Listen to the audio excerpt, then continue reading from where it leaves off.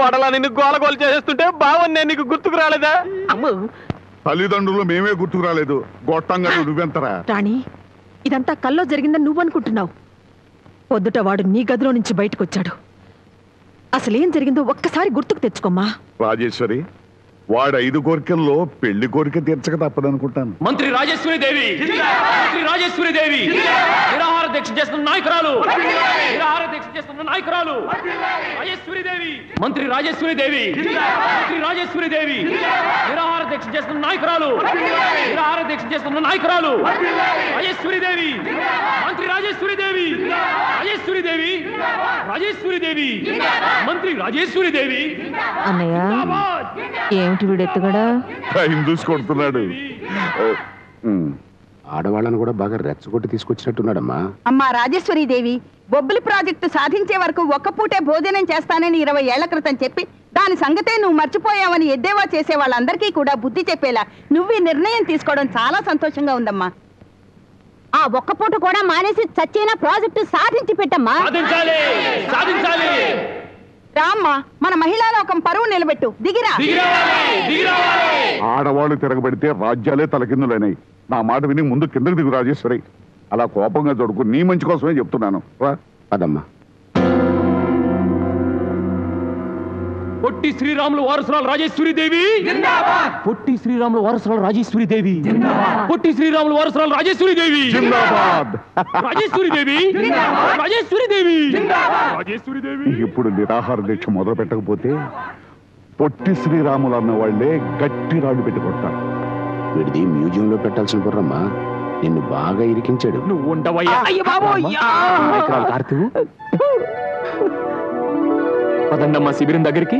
రాజేశ్వరి దేవి, రాజేశ్వరి దేవి, రాజేశ్వరి దేవి, రాజేశ్వరి దేవి, రాజేశ్వరి దేవి, రాజేశ్వరి దేవి, రాజేశ్వరి దేవి, పొట్టి శ్రీరాములు వారసురాలు రాజేశ్వరి దేవి, పొట్టి శ్రీరాములు వారసురాలు రాజేశ్వరి దేవి, రాజేశ్వరి దేవి, రాజేశ్వరి దేవి. మహిళలతో పాటు యువతరం కూడా ఈవిడ వెనకే ఉన్నారంటానికి గుర్తుగా ఈ దండ వేసుకోనా? అదేం భాగ్యం నైనా, వేసుకో. మినిస్టర్ అత్త, ఇది పూలదండ కాదు, నాగుపాం. 100 కోట్లు ఖర్చయ్యే బొబ్బిలి ప్రాజెక్టుకి నీ ప్రభుత్వం ఒప్పుకోదు. ఒప్పుకోదని నువ్వు దీక్ష విరమిస్తే జనం తంతారు. జనానికి భయపడి దీక్ష మానకపోతే నువ్వు చస్తావు. నా పద్మవ్యూహంలో నుంచి నువ్వు తప్పించుకోవాలంటే ఒక్కటే దారి, రాజీనామా. నా 5 కోరికల్లో ఒకటి. రాజేశ్వరి దేవి, రాజేశ్వరి దేవి, రాజేశ్వరి దేవి, రాజేశ్వరి దేవి.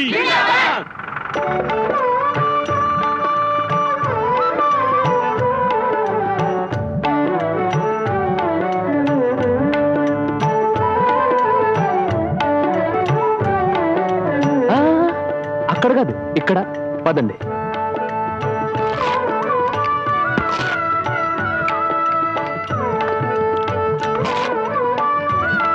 పెద్దేమీ సిక్కలేదు. మీకేదో అయిందని భయపడిపోయానమ్మా. మరేం పర్వాలేదు, ఇంకో 4 రోజులు తట్టుకోగలరు. స్ట్రాంగ్ బాడీ కదా. మీరు పదండి. చెల్లమ్మా, చెల్లమ్మా, ఎంత ట్రై చేసినా ఢిల్లీలో పట్టం దొరికి చావట్లేదు. డబ్బులయ్యా. వచ్చిన వాళ్ళకి కూల్ డ్రింక్లు టిఫిన్లు ఏర్పాటు చేద్దాం ప్రధాన్ గారు. టోటల్ కలెక్ట్ చెప్తాను కదా, దీనికి పోయి.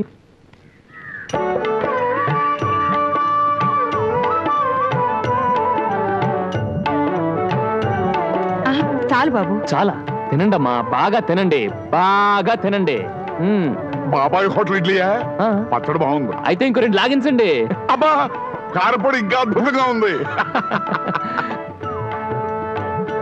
రాజేశ్వరి, హైదరాబాద్ లో మన వంటోడు కూడా ఇలాగే తయారు చేయమని చెప్పాలి.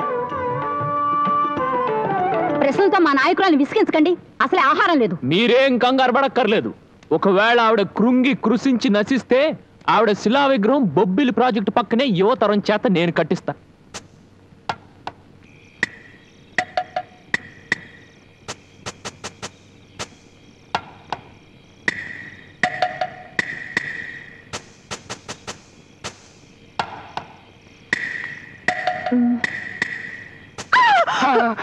నేనే చెల్లమ్మా, తొందర తిని. అమ్మయ్యా, వాడు ఇక్కడే ఉన్నాడన్నయ్యా. వాడి సంగతి నాకు వదిలేయి, నేను చూసుకుంటా కదా. తిను. అయ్యో అయ్యో అయ్యయ్యో, వ్రతభంగం చేస్తున్నావా మినిస్టర్ అత్త? మన ఫ్యామిలీ హిస్టరీ దెబ్బతింటుంది. ఛీ ఛీ ఛీ ఛీ ఛీ ఛీ.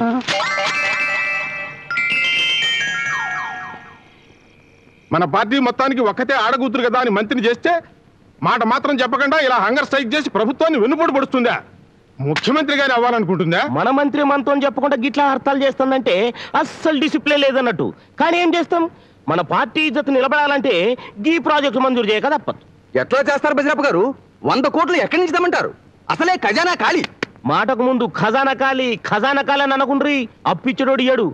అయినా ఈ ప్రాజెక్టు మనం భూమి మీద కడతామయ్యా, లే పేపర్లలో కడతాం. కట్టకపోతే ప్రజలు ఊరుకుంటారా? నువ్వేంది భయ్యా, విశాఖ స్టీల్ ఫ్యాక్టరీ స్టార్ట్ చేస్తామని 20 ఏళ్ల సంది చెప్తున్నాం. స్టార్ట్ చేసినామా? లే, ఇగో ఇప్పుడు స్టార్ట్ చేసినాం. ఇది కూడా గంతే.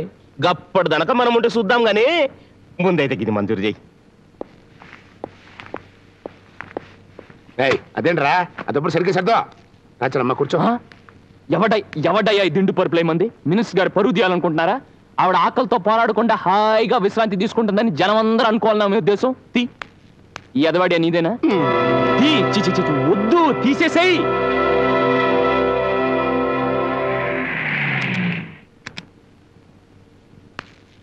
మంత్రి రాజేశ్వరమ్మ జిందాబాద్, మంత్రి రాజేశ్వరమ్మ జిందాబాద్. అమ్మో, దిల్ కుషే ముచ్చట తెచ్చినా నువ్వు దస్తే అలా సాగుకు వస్తుందని సర్కారోళ్ళు పొబ్బిలి ప్రాజెక్టు శాంక్షన్ చేసిర్రు. ఈ నెంబర్ సందాగు, ఈ పేపర్ చదువుకో. మంత్రి రాజేశ్వరీదేవి, మంత్రి రాజేశ్వరీదేవి, మంత్రి రాజేశ్వరీదేవి, రాజేశ్వరీదేవి, రాజేశ్వరీదేవి, రాజేశ్వరీదేవి, రాజేశ్వరీదేవి. ఇది నీ గెలుపా ఓటమా? ఆవేశంలో నువ్వు ఆలను మాత్రమే చదివావు. ఆలోచనలో నేను అమ్మహాలనే పూర్తి చేశాను. Take care.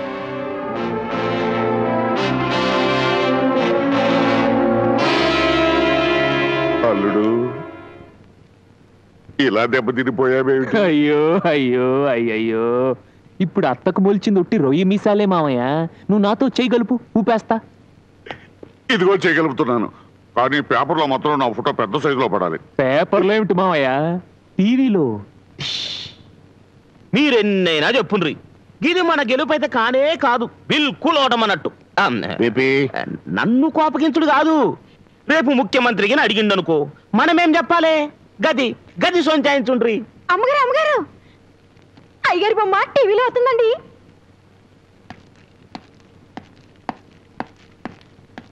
రాష్ట్ర అటవీ శాఖ మంత్రి శ్రీమతి రాజేశ్వరీదేవి గారి భర్త శ్రీ అప్పారావు గారిని కొందరు గుర్తు తెలియని వ్యక్తులు అపహరించుకుపోయారు. వారు ఎవరో, కిడ్నాప్ కి కారణాలేమిటో, వారి కోరికలేమిటో ఇంతవరకు తెలియజేయలేదు. రాజేశ్వరి గారు, రాత్రి జరిగిన మీ భర్త కిడ్నాప్ విషయంలో మీ అభిప్రాయం ఏమిటి? No comment. ఈ 24 గంటల్లో మీ ఆయన్ని చంపేసి ఉంటారేమో.